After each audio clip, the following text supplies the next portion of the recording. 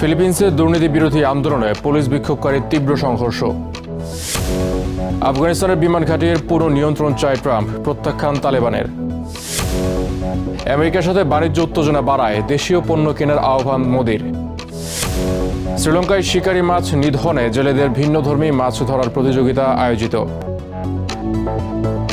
এশিয়ার রাজনৈতিক, অর্থনৈতিক সহ সবশেষ খবরাখবর আপনাদের সামনে এক নজরে তুলে ধরছি আমি শোয়েব আক্তার।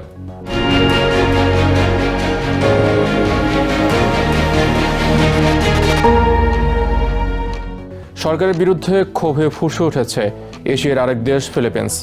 বন্যা নিয়ন্ত্রণ প্রকল্পের অর্থ লুটপাটের প্রতিবাদে শুরু হওয়া আন্দোলন রূপ নিয়েছে জনরোষে।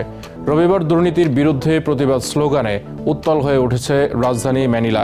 কেবল সরকার নয়, প্রথাগত প্রশাসনিক নিয়মও পরিবর্তনের দাবি তাদের কণ্ঠে। আন্দোলনে পুলিশের সাথে ব্যাপক সহিংসতার ঘটনাও ঘটেছে। এই ঘটনায় অন্তত 17 জনকে আটক করা হয়েছে। প্রেসিডেন্ট ফার্দিনান্দ মার্কোস জুনিয়র বিক্ষোভের সমর্থন জানালেও শান্ত হচ্ছে না জনগণ। বহুদিনের দানা বাঁধা ক্ষোভের বিস্ফোরণ হয়েছে ফিলিপিন্সে। বিক্ষোভকারীদের দাবি, দুর্নীতির করাল গ্রাস থেকে মুক্তি চায় তারা। রবিবার দেশটির পাবলিক পার্কে জড়ো হয় হাজার হাজার মানুষ। সাধারণ মানুষের এই ক্ষোভের সূত্রপাত হয় বন্যা নিয়ন্ত্রণ প্রকল্পের অব্যবস্থাপনাকে ঘিরে। প্রকল্পের বরাদ্দকৃত $9.54 বিলিয়ন পুরোটাই হয়েছে লুটপাট। বিপুল এই অর্থ পকেটে পুরেছে দেশটির রাজনীতিবিদ, সরকারি কর্মকর্তা ও ঠিকাদাররা।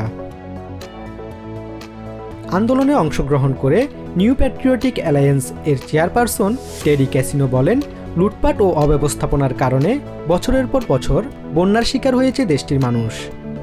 The people are very angry because they have been victims of flooding for all these years, and flooding has made their lives so difficult. Democracy monument সহ বিভিন্ন স্থান থেকে মিছিল নিয়ে রবিবার প্রেসিডেন্ট প্রাসাদের দিকে অগ্রসর হয় বিক্ষোভকারীরা। আন্দোলনের সহিংসতা এড়াতে মোতায়েন করা হয়েছে হাজার হাজার পুলিশ ও সেনা সদস্য। তবে সেসব উপেক্ষা করেই জোরালো বিক্ষোভ চালিয়ে যাচ্ছে দেশটির জনগণ। এক পর্যায়ে পুলিশের মতো সংঘর্ষ ও অগ্নিসংযোগের মতো ঘটনা ঘটে। সহিংসতার অভিযোগে এদিন 17 জন গ্রেপ্তার হয়েছে বলে জানিয়েছে বিভিন্ন গণমাধ্যম। নিউ প্যাট্রিয়টিক অ্যালায়েন্সের সেক্রেটারি জেনারেল মং পালাটিনো জানান, তারা এখানে এসেছেন দুর্নীতিগ্রস্ত সরকারি কর্মকর্তাদের জবাবদিহিতার আওতায় আনার দাবিতে। We are here to demand action from the government.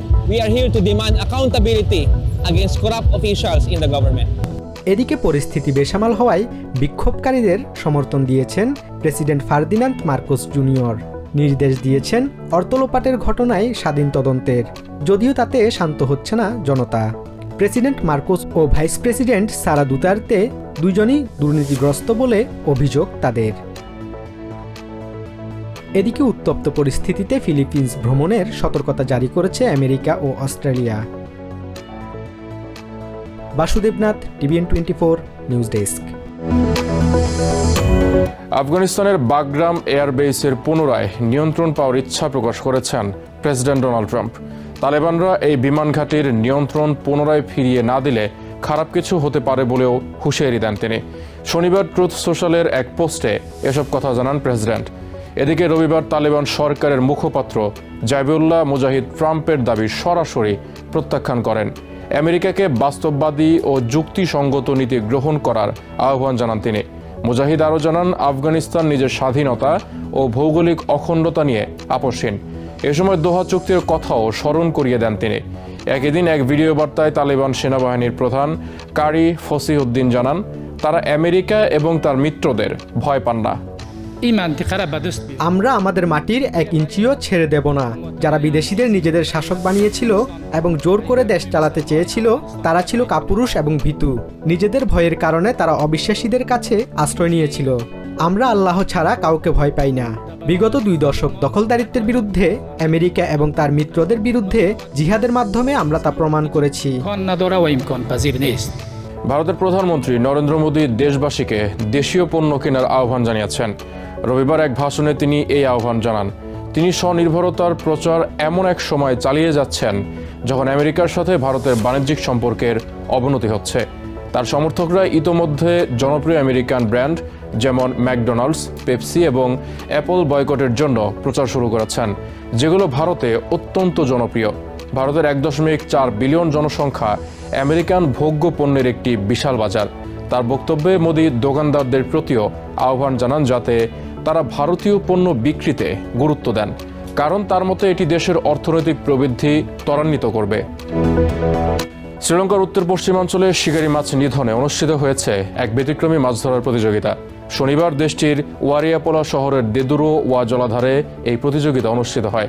শ্রীলঙ্কার বিভিন্ন প্রান্ত থেকে আসা 1000-এর বেশি জেলে অংশ নেন এই আয়োজনে, যার মূল লক্ষ্য ছিল পরিবেশের জন্য হুমকি স্বরূপ জায়ান্ট স্ন্যাকহেড মাছ নির্মূল করা। আয়োজকরা জানান এই মাছ নদীতে ছেড়ে দেওয়ার কারণে দেশীয় প্রজাতি বিপন্ন হয়ে পড়ছে। জেলেরা আশাবাদী এই উদ্যোগ ভবিষ্যতে আরও জোরদার হবে। শ্রীলঙ্কার উত্তর পশ্চিমাঞ্চলের ওয়ারিপোলা শহরে শনিবার জড়ো হয়েছিল শ্রীলঙ্কার নানা প্রান্ত থেকে আসা 1000-এরও বেশি জেলে। হাতে ছিল মাছ ধরার ছিপ আর টোপ এবং লক্ষ্য ছিল দেশীয় প্রজাতির মাছ রক্ষায় হুমকি সৃষ্টিকারী বহিরাগত জায়ান্ট স্নেকহেড মাছের বিস্তার রোধ করা।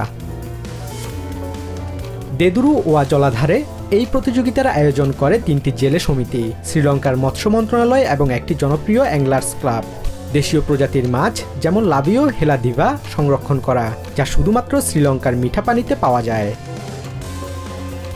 শ্রিয়ান জানাকা নামের 46 বছর বয়সী এক জেলে জানান, তিনি গত 10 বছর লক্ষ্য করেছেন একসময় যেখানে দৈনিক 15 থেকে 20 কেজি মাছ পাওয়া যেত, এখন সেখানে পাওয়া যাচ্ছে মাত্র 2 থেকে 3 কেজি। এই প্রতিযোগিতার লক্ষ্য হলো যত বেশি সম্ভব এই বিপজ্জনক মাছ ধরার মাধ্যমে জলাধারকে রক্ষা করা। একই সঙ্গে মানুষকে সচেতন করতে চাই যেন কেউ এসব শৌখিন মাছ নদীতে না ফেলে। এটা নদীর জীববৈচিত্র্যের ব্যাপক ক্ষতি করে। শখের বশে এই মাছ পোষা হলেও এই স্নেকহেড মাছ যখন নদীতে ছেড়ে দেওয়া হয় তখন তা সম্পূর্ণ জলজ পরিবেশের জন্য হুমকি হয়ে দাঁড়ায়। নদীতে এই বিপজ্জনক মাছ না ফেলার আহ্বান জানান national aquaculture development authority of শ্রীলঙ্কার কর্মকর্তা উপালি উইরাগে। আমাদের জীবিকা আজ হুমকির মুখে, আয় কমেছে, আর তার মূল কারণ এই স্নেকহেড মাছের অতিরিক্ত বিস্তার। তাই আমরা এই প্রতিযোগিতার আয়োজন করেছি। তবে এই প্রতিযোগিতায় প্রচুর মানুষ অংশ নিলেও স্নেকহেড ধরা গেছে মাত্র 22টি। তবুও হতাশ নন অনেকেই, তারা ভবিষ্যতে এই ধরনের উদ্যোগে অংশ নিতে আগ্রহী। Basudebnath, TVN 24 news desk. প্রবাসী দেশের ভাবমূর্তি উজ্জ্বল করতে এবার কুয়ালালামপুরে অনুষ্ঠিত হতে যাচ্ছে বাংলাদেশ ব্র্যান্ডিং ফেস্টিভ্যাল 2025। আগামী 27 সেপ্টেম্বর ক্রাফট কমপ্লেক্সে দিনব্যাপী এই অনুষ্ঠানের উদ্বোধন করবেন মালয়েশিয়ায় নিযুক্ত বাংলাদেশের ভারপ্রাপ্ত হাই কমিশনার মোসাম্মদ শাহানারা মনিকা। এ সময় জোহর রাজ্যের রাজকন্যা তুঙ্কু মরিয়ম জারা এর উপস্থিত থাকার কথা রয়েছে। শনিবার কুয়ালালামপুরে এক সংবাদ সম্মেলনে আনুষ্ঠানিকভাবে এ ঘোষণা দেন আয়োজক সংগঠন মালয়েশিয়া বাংলাদেশ ফোরাম অ্যাসোসিয়েশনের সভাপতি professor doctor Mohammad Jahangir Alam.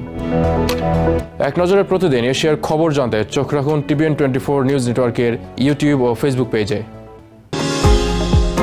New York থেকে সম্প্রচারিত TVN 24 টেলিভিশন বিশ্বজুড়ে বাঙালির কণ্ঠস্বর।